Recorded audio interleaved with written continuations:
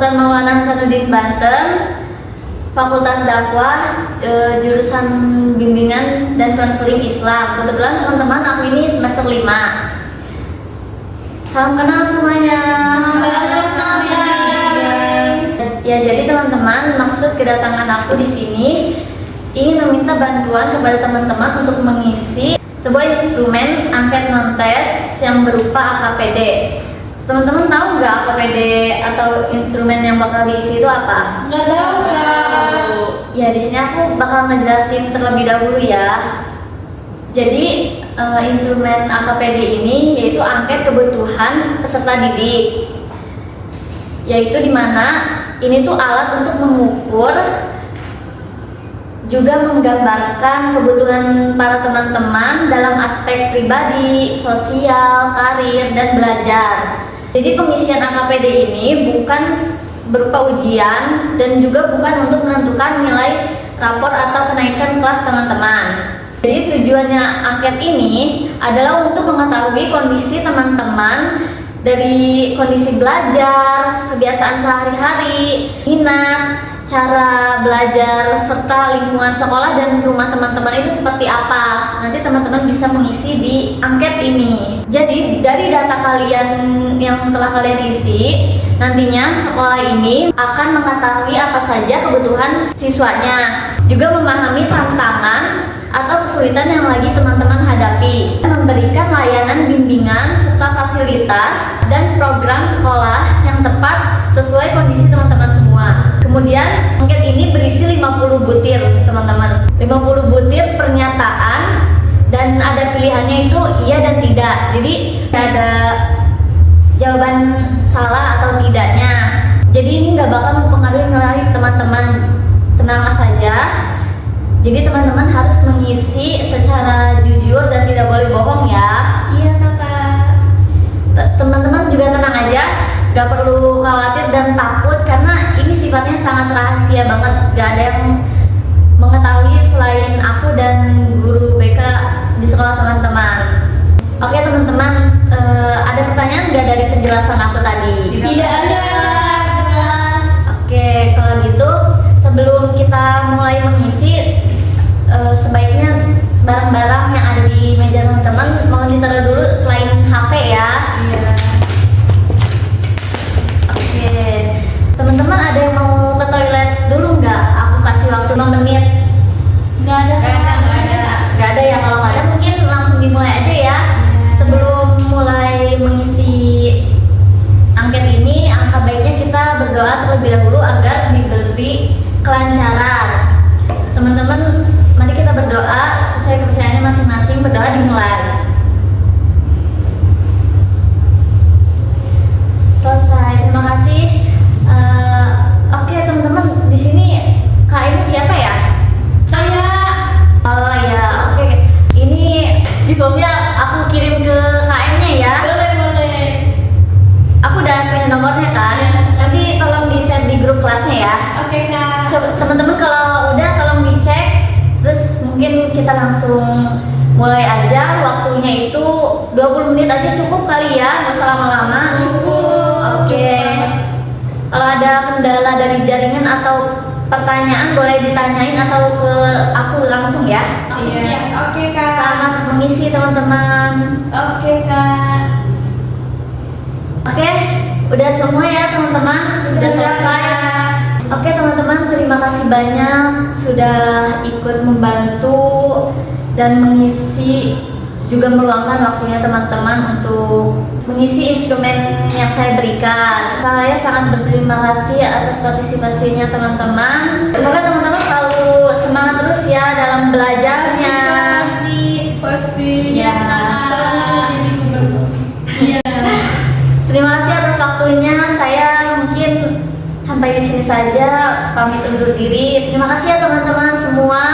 Banyak kakak. Makasih juga. Iya, tetap semangat. Kalau ketemu saya di jalan jangan ini ya, jangan lupa sapa aja nggak apa-apa. Kalau minta duit gimana kak? Aduh. Terima kasih ya teman-teman. Sampai bertemu di lain waktu.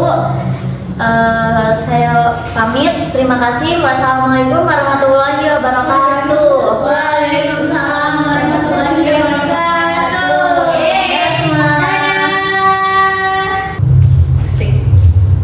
Assalamualaikum warahmatullahi wabarakatuh. Saya Siti Maisara dengan NIM 231340044. Saya di sini akan menghasilkan hasil laporan pengolahan data AKPD atau angket kebutuhan peserta didik di SMKN 4 Kota Serang kelas 11 Tekro 2.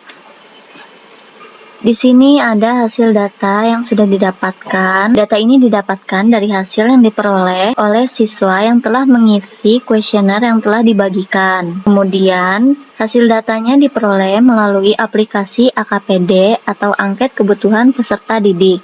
Jadi ini merupakan aplikasi AKPD-nya. Aplikasi angket kebutuhan peserta didiknya seperti ini. Kemudian data laporan hasilnya dari bidang pribadi memperoleh permasalahan yang paling banyak dialami siswanya, yaitu kualitas ibadah saya pada Tuhan Yang Maha Esa masih kurang baik, dengan jumlah siswa yang mengalaminya sebanyak 22 siswa dengan persentase butir pernyataan sebesar 2,46%. Bisa dilihat dari aplikasi AKPD-nya. Nah, dilihatnya dari sini di bidang pribadi ini bisa dilihat dari jumlah terbanyaknya itu, yaitu di sini 22 pada nomor 1. Kemudian bisa dilihat dari pernyataannya di nomor 1. Nomor satunya di pernyataan ini yaitu kualitas ibadah saya pada Tuhan Yang Maha Esa masih belum baik. Kemudian yang diperoleh permasalahan yang paling sedikit dialami oleh siswa yaitu saya sedang memiliki masalah dengan teman dekat atau pacar. Dengan jumlah siswa yang mengalaminya sebanyak 9 siswa dengan persentase butir pernyataannya sebesar 1,00% bisa dilihat di sini atau di aplikasi AKPD-nya. Di sini bisa dilihat yang paling kecilnya itu di bidang pribadi, yaitu jumlahnya ada 9 dan di nomor 16. Bisa dilihat di pernyataannya pada nomor 16, yaitu di sini saya sedang memiliki masalah dengan teman dekat atau pacar. Kemudian pada bidang sosial, di sini permasalahan yang diperoleh paling banyak yang dialami oleh siswanya yaitu saya belum tahu tentang bentuk kenakalan remaja saat ini, dengan jumlah siswa yang mengalaminya sebanyak 22, dengan persentase butirnya sebanyak 2,46%.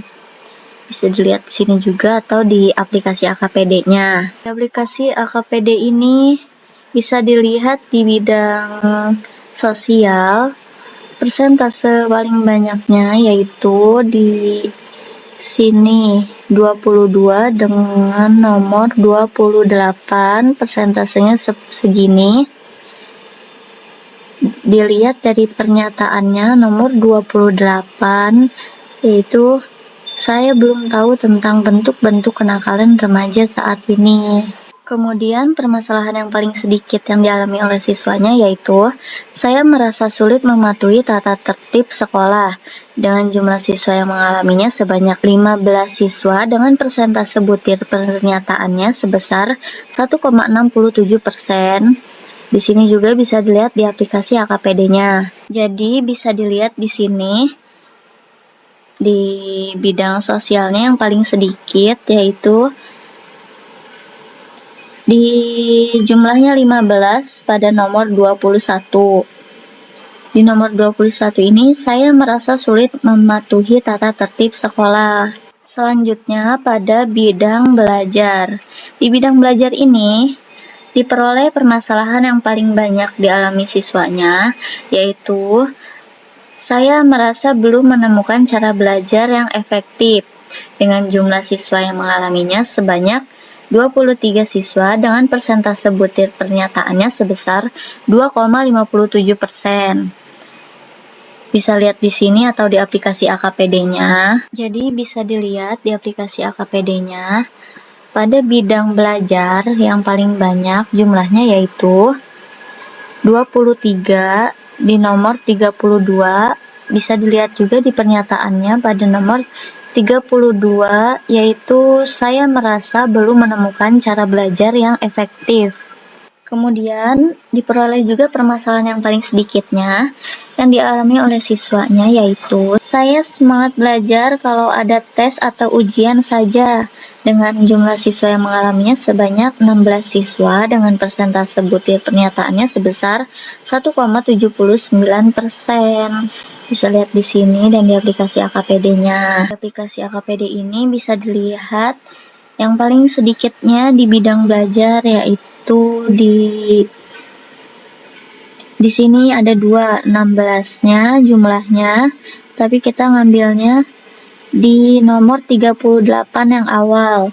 Kemudian bisa dilihat di pernyataannya pada nomor 38, yaitu di sini saya semangat belajar kalau ada tes atau ujian saja. Seperti itu.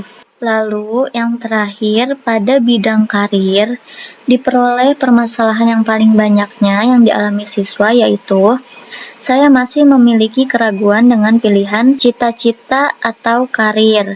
Dengan jumlah siswa yang mengalaminya sebanyak 22 siswa dengan persentase butir pernyataannya sebesar 2,46%. Bisa dilihat di sini atau di aplikasi AKPD-nya.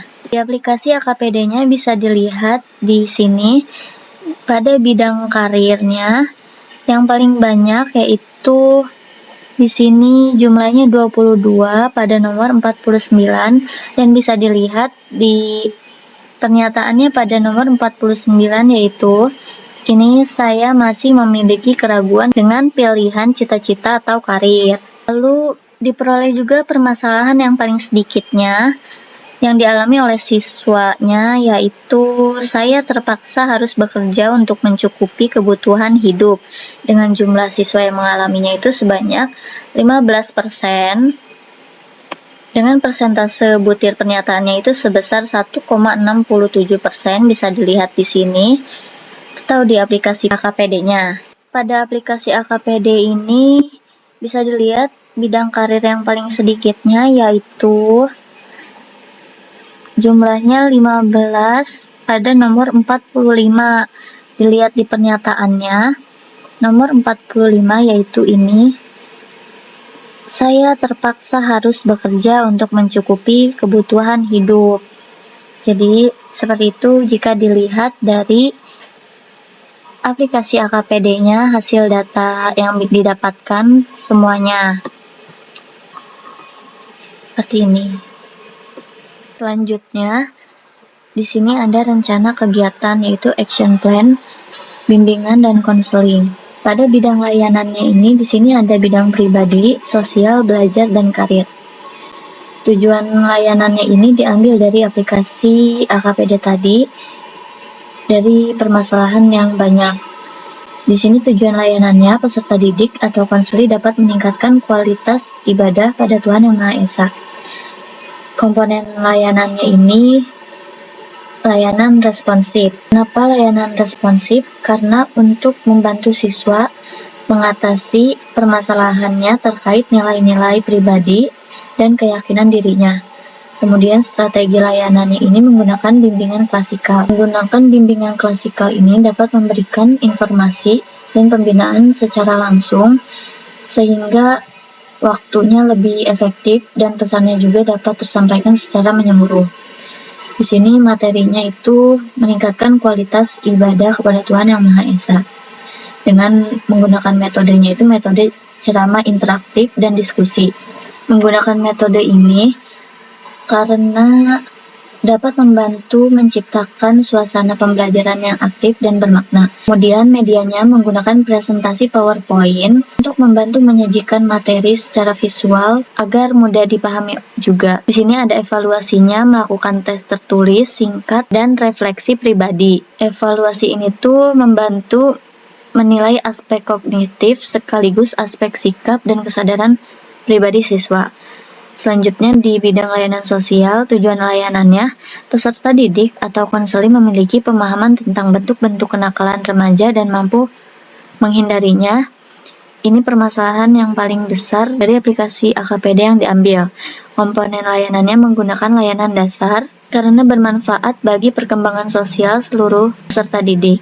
Strategi layanannya menggunakan bimbingan klasikal agar dapat menciptakan kesadaran kolektif dan budaya untuk saling mengingatkan agar terhindar dari perilaku negatif. Kemudian materinya, kenakalan remaja, jenis, dampak, dan cara menghindarinya. Karena mencakup pemahaman menyeluruh mengenai bentuk-bentuk kenakalan yang sering terjadi. Kemudian metodenya ini menggunakan ceramah interaktif untuk memberikan pemahaman yang lebih jelas tentang konsep kenakalan remaja. Medianya menggunakan video edukasi tentang kenakalan remaja agar dapat memberikan ilustrasi nyata dampak negatif kenakalan remajanya sehingga bisa lebih bergerak untuk menghindarinya. Evaluasinya melakukan tes pilihan ganda dan refleksi tertulis tentang komitmen menghindari kenakalan untuk menilai pemahaman materi untuk membantu siswa menyatakan komitmen nyata dalam menjauhi perilaku yang merugikan diri sendiri maupun orang lain. Kemudian di sini selanjutnya bidang layanan belajar. Tujuan layanannya di sini yang diambil dari aplikasi AKPD terbesarnya, peserta didik atau konseli dapat mengenal hakikat belajar, memahami faktor-faktor yang mempengaruhi hasil belajar, serta cara belajar efektif dan efisien. Di sini komponen layanannya menggunakan layanan dasar, karena mengenai cara belajar yang efektif penting diberikan kepada siswa sebagai bekal meningkatkan prestasi belajar. Kemudian strategi layanannya menggunakan bimbingan klasikal karena konsep belajarnya itu efektif dan perlu disampaikan agar memiliki pemahaman dan teknik belajar yang seragam. Kemudian materinya ini hakikat belajar, faktor yang mempengaruhi, dan strategi belajar efektif untuk memberikan pemahaman menyeluruh mulai dari pengertian, faktor internal, hingga teknik belajar yang bisa langsung dipraktikkan oleh siswanya. Di sini metodenya menggunakan ceramah interaktif agar dapat memberikan penjelasan tentang teori belajar, sehingga pembelajarannya menjadi lebih bermakna dan sesuai dengan kehidupan sehari-hari. Kemudian medianya menggunakan presentasi PowerPoint untuk memudahkan penyajian poin penting seperti contoh dan memberikan ilustrasi untuk membantu siswanya memahami materi. Kemudian evaluasinya melakukan tes tertulis singkat dan refleksi strategi belajar. Digunakan untuk mengukur pemahaman konsep belajar dan membantu menyadari kebiasaan belajarnya dan merencanakan perubahan yang lebih efektif. Kemudian yang terakhir ada bidang layanan karir. Di sini tujuan layanannya itu peserta didik atau konseli mampu mengidentifikasi dan menetapkan cita-cita karir masa depannya. Kemudian komponen layanannya menggunakan layanan peminatan dan perencanaan individual peserta didik karena pemilihan karirnya bersifat personal. Jadi siswa harus diarahkan sesuai potensinya dan minat masing-masing. Lalu strategi layanannya menggunakan bimbingan klasikal agar siswa memperoleh gambaran yang umum tentang perencanaan karir sebelum masuk tahap eksplorasi individu. Di sini materinya mengenal diri dan menentukan cita-cita karir masa depan. Kemudian metodenya menggunakan diskusi kelompok agar siswa dapat saling bertukar pandangan mengenai cita-citanya, minat, dan pengalaman, sehingga dapat muncul motivasi, wawasan yang lebih luas dalam memilih karir. Kemudian medianya menggunakan kuesioner atau lembar self-assessment, agar siswa dapat mengidentifikasi minat bakat, kepribadian, serta kesesuaian karir secara mandiri. Evaluasinya melakukan refleksi tertulis atau presentasi singkat. Digunakan untuk menggali kesadaran siswa tentang rencana karirnya dan membantu melatih kepercayaan diri serta kemampuan berkomunikasi untuk persiapan di dunia kerja. Selanjutnya, pada jadwal kegiatan bimbingan dan konseling, di sini komponen dan kegiatan layanan. Pada persiapannya yang pertama, melakukan asesmen kebutuhan. Dilakukan pada minggu pertama bulan Juli. dipilih di awal tahun ajaran karena untuk mengumpulkan data kebutuhan siswanya terlebih dahulu supaya program sosial yang dibuatnya agar tepat sasaran. Kemudian mendapatkan dukungan kepala dan komite sekolah pada minggu pertama di bulan Juli juga supaya kegiatan bimbingan sosialnya memiliki izin dan dukungan sekolah. Jadi pelaksanaannya bisa lancar tanpa kendala administrasi. Kemudian menetapkan dasar perencanaan layanan pada minggu pertama bulan Juli supaya arah dan tujuan program bimbingan sosialnya lebih jelas dari awal. Jadi semua layanannya itu lebih terarah dan sesuai kebutuhan. Kemudian selanjutnya ada di pelaksanaan layanan dasar. Layanan dasarnya itu bimbingan klasikal dari bulan Juli hingga September di minggu-minggu tertentu supaya penyampaian materi sosialnya itu gak sekali lewat, tapi ada proses berkelanjutannya mulai dari perkenalan materi, penguatan sampai pemantapan dan cek perkembangan siswa. Dan selanjutnya yang terakhir itu ada akuntabilitas, yaitu evaluasi proses yang dilakukan di akhir bulan September. Selanjutnya pada program semesteran bimbingan dan konseling, di sini ada jenis kegiatan atau layanan. Pada bagian persiapan yang pertama ada pembagian tugas guru bimbingan dan konseling atau konselor. Fungsi bimbingan dan konselingnya, pemeliharaan dan pengembangan.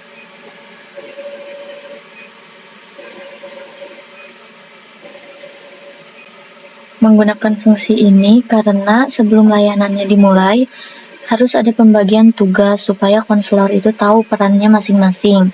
Jadi pelayanan ke siswanya bisa lebih teratur dan maksimal. Dengan tujuannya itu supaya tercapainya efektivitas layanan bimbingan dan konseling. Yang kedua ada asesmen kebutuhan. Fungsi bimbingan dan konselingnya, pemahaman.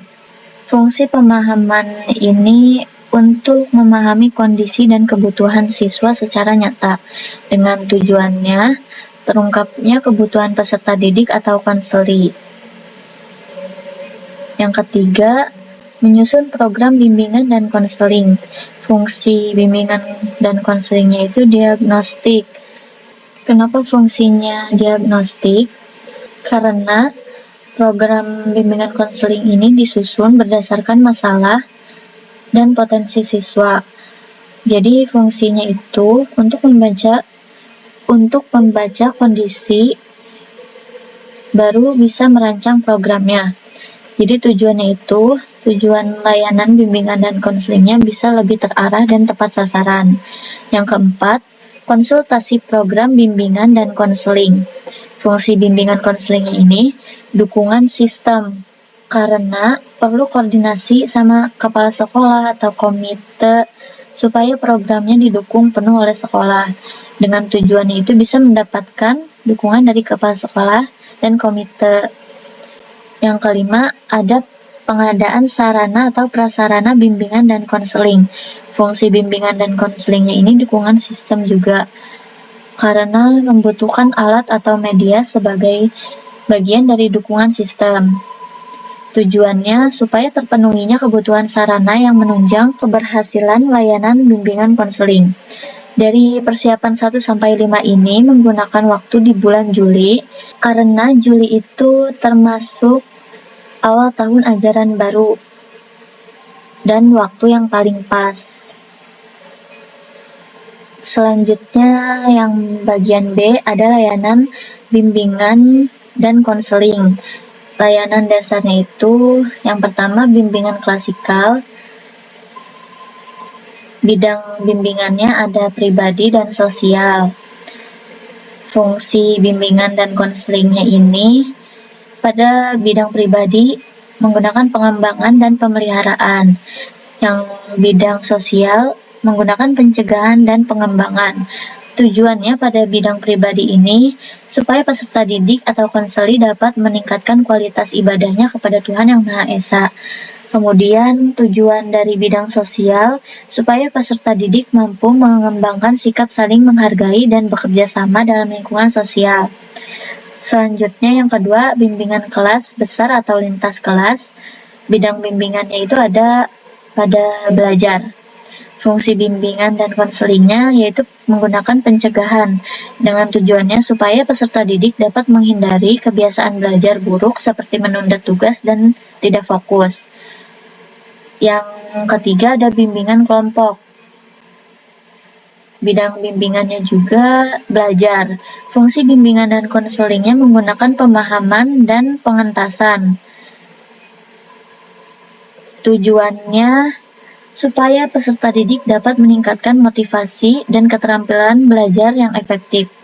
Dari layanan dasar dari 1 sampai 3 ini dilakukan pada waktu bulan Agustus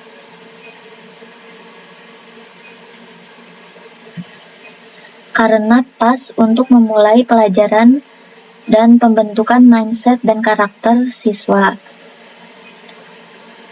Selanjutnya, layanan peminatan dan perencanaan individual. Yang pertama ini ada bimbingan klasikal.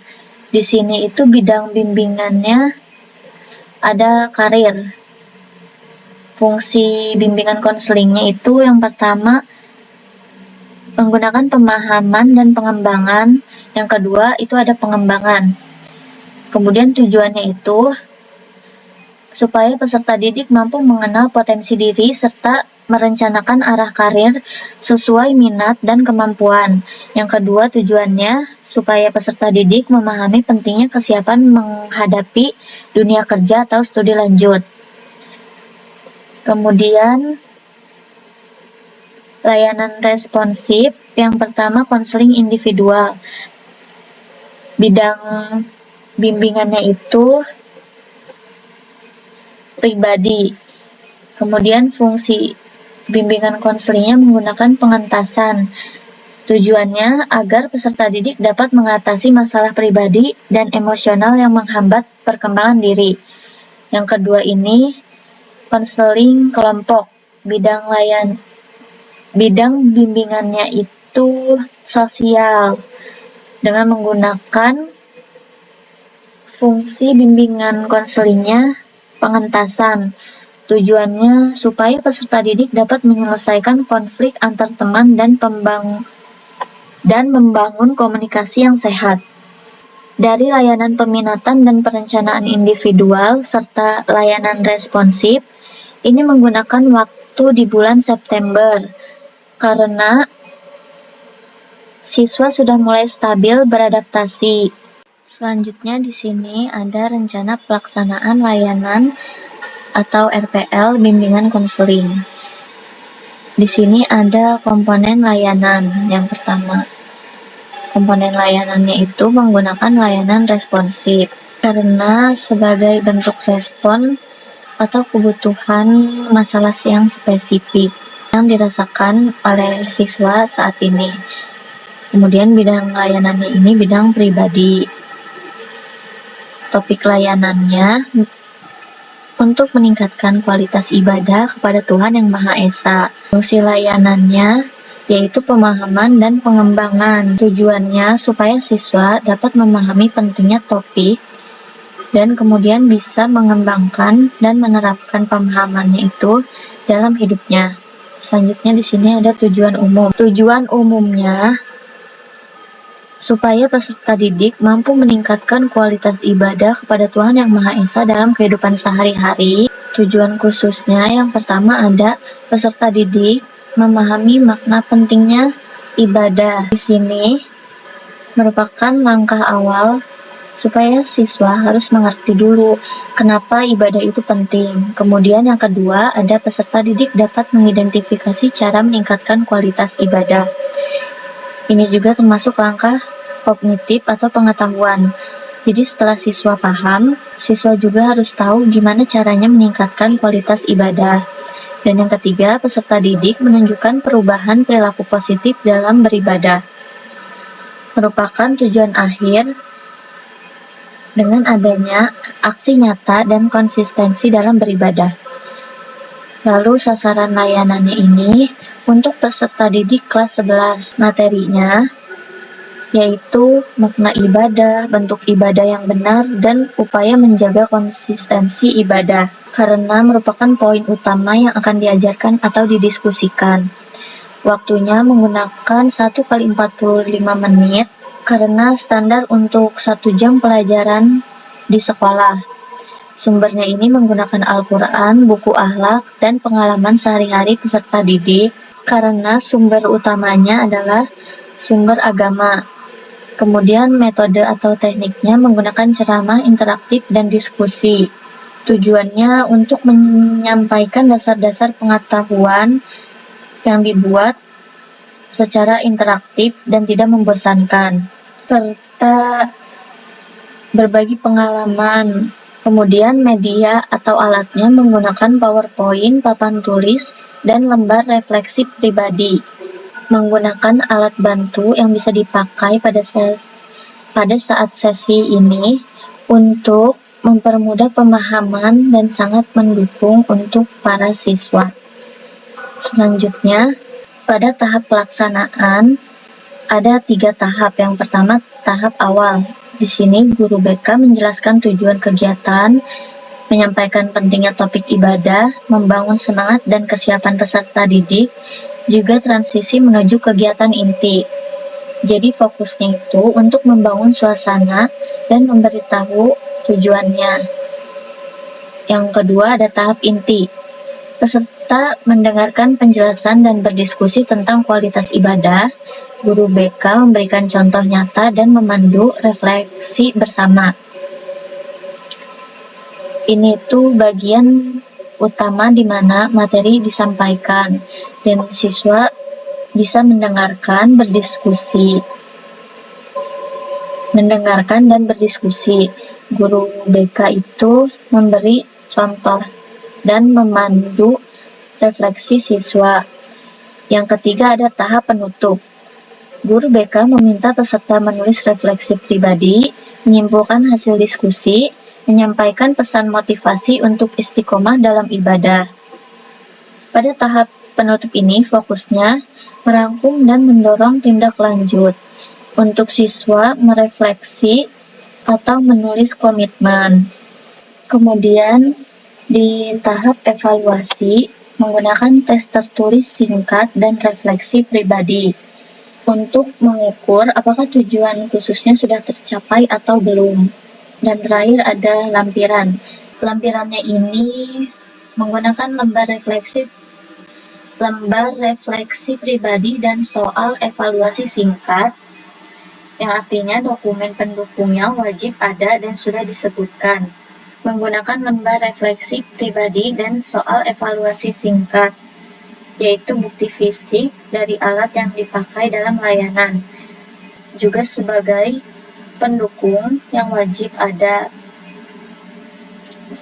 Kemudian yang kedua itu ada komponen layanan. Menggunakan layanan dasar karena diberikan secara sistematis dan terprogram kepada seluruh siswa untuk mengembangkan keterampilan hidup. Bidang layanannya itu di bidang sosial. Topik layanannya kenakalan remaja, jenis, dampak, dan cara menghindarinya, yang artinya lebih terfokus pada hubungan dan interaksi siswa dengan lingkungan. Fungsi layanannya menggunakan pemahaman dan pencegahan, yang bertujuan agar siswa memahami topik kenakalan remaja, dan setelah itu mampu melakukan pencegahan agar tidak terlibat di dalamnya. Tujuan umumnya, supaya peserta didik memahami bentuk-bentuk kenakalan remaja dan mampu menghindarinya. Tujuan ini sejalan dengan topik yang besar dan menyeluruh yang diharapkan setelah layanan selesai. Tujuan khususnya ini ada 3. Peserta didik. Yang pertama, peserta didik mengetahui jenis dan dampak kenakalan remaja. Yang kedua, peserta didik dapat mengidentifikasi faktor penyebabnya. Yang ketiga, peserta didik memiliki komitmen untuk menjauhi perilaku menyimpang. Artinya, langkah-langkah kecil, spesifik, dan terukur yang harus dicapai untuk menuju tujuan umum. Sasaran layanannya kepada peserta didik kelas 11. Materinya pengertian, contoh, dampak, dan upaya pencegahan kenakalan remaja. Waktu yang digunakannya 1 kali 45 menit, standar untuk 1 jam pelajaran di sekolah. Sumbernya dari buku bimbingan dan konseling, video edukasi remaja, dan artikel sosial. Menggunakan sumber ini supaya lebih relevan dengan remaja dan lebih terasa relatable dan menarik bagi mereka. Metode atau tekniknya menggunakan ceramah interaktif untuk menyampaikan materinya dengan banyak melibatkan siswa. Menggunakan metode atau teknik ceramah interaktif bertujuan untuk menyampaikan materi supaya tidak membosankan karena topiknya lumayan sensitif, jadi butuh keterlibatan emosi. Kuncinya itu siswa supaya tidak pasif dan berani terbuka. Kemudian media atau alat yang digunakannya video edukasi kenakalan remaja dan LCD. Menggunakan alat ini sangat efektif untuk layanan sosial karena bisa menampilkan simulasi nyata, studi kasus, dan dampak secara visual yang lebih kuat daripada hanya ceramah. Kemudian pelaksanaannya ada 3 tahap. Yang pertama, tahap awal. Di tahap awal, menyampaikan tujuan kegiatan, mengajak siswa menyebutkan contoh perilaku remaja menyimpang, menyepakati aturan diskusi, transisi, dan kegiatan inti. Tujuannya untuk menarik perhatian dan memberikan landasan. Kemudian pada tahap inti, peserta menonton video edukatif dan berdiskusi. Yang kedua ada tahap inti. Peserta menonton video edukatif dan berdiskusi. Guru BK memberi penjelasan dan mengarahkan pemahaman moral sosial. Tujuannya untuk memastikan pemahaman moral bagi siswa yang tepat. Dan yang ketiga ada tahap penutup. Guru BK meminta peserta menulis refleksi dan komitmen pribadi, menyimpulkan isi layanan, menegaskan nilai-nilai positif dan motivasi, menghindari kenakalan. Pada tahap akhir, fokusnya adalah komitmen, di mana guru BK ini meminta pesertanya menulis refleksi, kemudian siswanya menjawab tujuannya, dan menyimpulkan juga memberi motivasi untuk menjaga nilai positif. Kemudian evaluasinya, tes pilihan ganda dan refleksi tertulis tentang komitmen. Menggunakan ini adalah salah satu cara untuk mengukur keberhasilan layanan. Yang terakhir, lampiran. Pada lampiran ini yaitu soal evaluasi dan lembar refleksi komitmen. Sebagai salah satu bentuk bukti kelengkapan rencana yang harus disiapkan dan dilampirkan.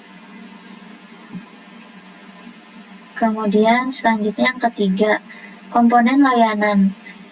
Komponen layanannya menggunakan layanan dasar, karena secara terencana dan terstruktur kepada semua siswa untuk mengembangkan pengetahuan, keterampilan, dan sikap yang dibutuhkan di sekolah dan kehidupan. Bidang layanannya yaitu bidang belajar. Topik layanannya yaitu hakikat belajar, faktor yang mempengaruhi, dan strategi belajar efektif. Fungsi layanannya pemahaman dan pengembangan diri. Bertujuan supaya siswa lebih memahami konsep belajar efektif dan kemudian bisa mengembangkan diri dengan menerapkan strategi baru dalam kegiatan belajar mereka. Tujuan umumnya, supaya peserta didik memahami konsep belajar dan mampu menerapkan strategi belajar efektif.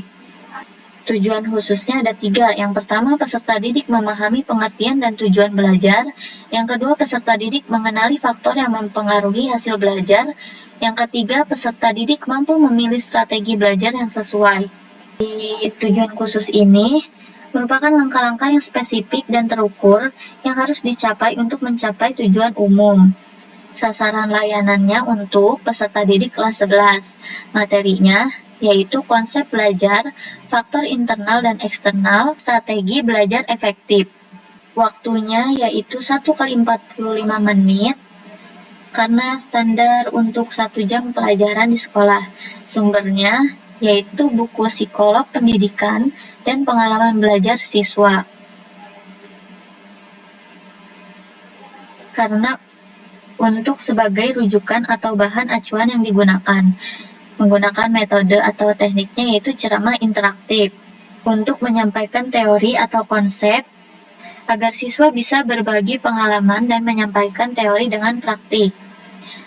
Media atau alatnya menggunakan PowerPoint dan lembar refleksi strategi belajar untuk mempermudah menyampaikan konsep dan faktor yang lebih banyak. Selanjutnya, pada pelaksanaan ada 3 tahap, yaitu yang pertama tahap awal, guru BK menjelaskan tujuan kegiatan, mengajak peserta merefleksikan kebiasaan belajarnya, menyusun kesepakatan diskusi, dan transisi ke kegiatan inti. Fokusnya mengaitkan topik dengan kehidupan siswa. Fokusnya adalah untuk mengaitkan topik dengan kehidupan siswa. Yang kedua, ada tahap inti. Peserta didik mendengarkan dan mencatat penjelasan tentang belajar efektif. Guru BK memandu peserta didik berbagi pengalaman belajar. Merupakan bagian penyampaian materi dan praktik supaya siswa mendengarkan dan mencatat. Yang ketiga ada tahap penutup, di mana peserta menulis refleksi strategi belajar yang akan diterapkan. Kemudian guru BK memberikan penguatan dan kesimpulan. Menguatkan fokus untuk komitmen siswa menulis refleksi strategi baru. Pada evaluasi, yaitu tes tertulis singkat dan refleksi strategi belajar. Untuk mengukur tujuan khusus apakah sudah tercapai atau belum. Pada lampiran, menggunakan lembar refleksi strategi belajar dan soal evaluasi singkat. Agar proses refleksi dan evaluasi ini bisa dilakukan. Dan harus menggunakan dan menyiapkan dokumen-dokumen sebagai lampiran pendukung dan wajib ada. Dan yang terakhir, keempat, ada komponen layanan. Komponen layanannya menggunakan layanan peminatan dan perencanaan individual. Karena difokuskan untuk membantu siswa mengenali diri, minat, bakat, dan merencanakan masa depan akademik serta karir secara individual. Bidang layanannya ini di bidang karir. Topik layanannya untuk mengenal diri dan menentukan cita-cita dan karir masa depan. Fungsi layanannya menggunakan pemahaman dan pengembangan diri. Bertujuan agar siswa memahami potensi yang dimilikinya, lalu menggunakannya untuk mengembangkan diri dengan menentukan arah karir masa depan. Tujuan umumnya yaitu peserta didik mampu mengenal potensi diri dan menentukan arah karir masa depan. Tujuan khususnya ada 3. Yang pertama, peserta didik mengenali minat dan bakat pribadi. Yang kedua, peserta mengetahui berbagai pilihan karir. Yang ketiga, peserta mampu menetapkan cita-cita yang realistis sesuai potensi diri. Di mana langkah-langkah ini merupakan langkah spesifik yang terukur dan harus dicapai untuk mencapai tujuan umum. Sasaran layanannya yaitu untuk peserta didik kelas 11. Materinya adalah pengenalan diri, minat dan bakat, dan langkah perencanaan karir. Waktunya 1x45 menit. Standar untuk 1 jam pelajaran sekolah.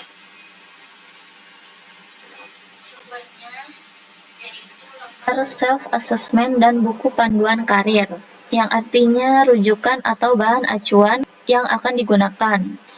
Metode atau tekniknya menggunakan diskusi kelompok karena topiknya butuh analisis diri. Metode diskusinya juga supaya lebih efektif daripada ceramah. Jadi siswa bisa berbagi pemahaman hasil asesmen dan mendapatkan insight dari teman. Kemudian media atau alatnya yaitu menggunakan kuesioner minat bakat dan lembar refleksi karir. Tujuannya untuk mengenali minat dan bakat, juga mencatat hasil diskusi dan merumuskan rencana karir siswa. Pada pelaksanaan ada 3 tahap, yaitu yang pertama tahap awal, guru BK menyampaikan tujuan kegiatan, mengaitkan topik dengan kehidupan nyata peserta didik, membangun suasana diskusi kelompok, transisi ke kegiatan inti, yang fokusnya adalah motivasi dengan mengaitkan topik dan kehidupan nyata agar siswa termotivasi lalu membangun suasana. Yang kedua ada tahap inti. Peserta mengisi lembar self-assessment dan berdiskusi kelompok. Guru BK membantu peserta menafsirkan hasil dan memberi arahan karir. Ini adalah inti perencanaan karir, supaya siswa bisa mengisi asesmen dan berdiskusi lalu guru BK membantu menafsirkan. Yang ketiga, tahap penutup, yaitu peserta menyimpulkan hasil refleksi dan mempresentasikannya secara singkat. Guru BK memberi penguatan dan motivasi mencapai cita-cita. Fokusnya adalah tindak lanjut, supaya siswa bisa menyimpulkan refleksi, lalu guru BK memberi penguatan. Selanjutnya, pada evaluasi, itu refleksi tertulis dan presentasi singkat hasil diskusi untuk mengukur aspek pemahaman diri dan perencanaan. Dan yang terakhir, ada lampiran menggunakan lembar self-assessment dan panduan refleksi karir, yang artinya dokumen pendukungnya wajib ada sebagai alat kerja utama siswa selama sesi. Jadi dari tabel action plan, kemudian jadwal kegiatan, program semesteran, sampai rencana pelaksanaan layanan atau RPL ini, semua tabelnya dari POP BK, kemudian disalin di sini dan diisi oleh kita sendiri.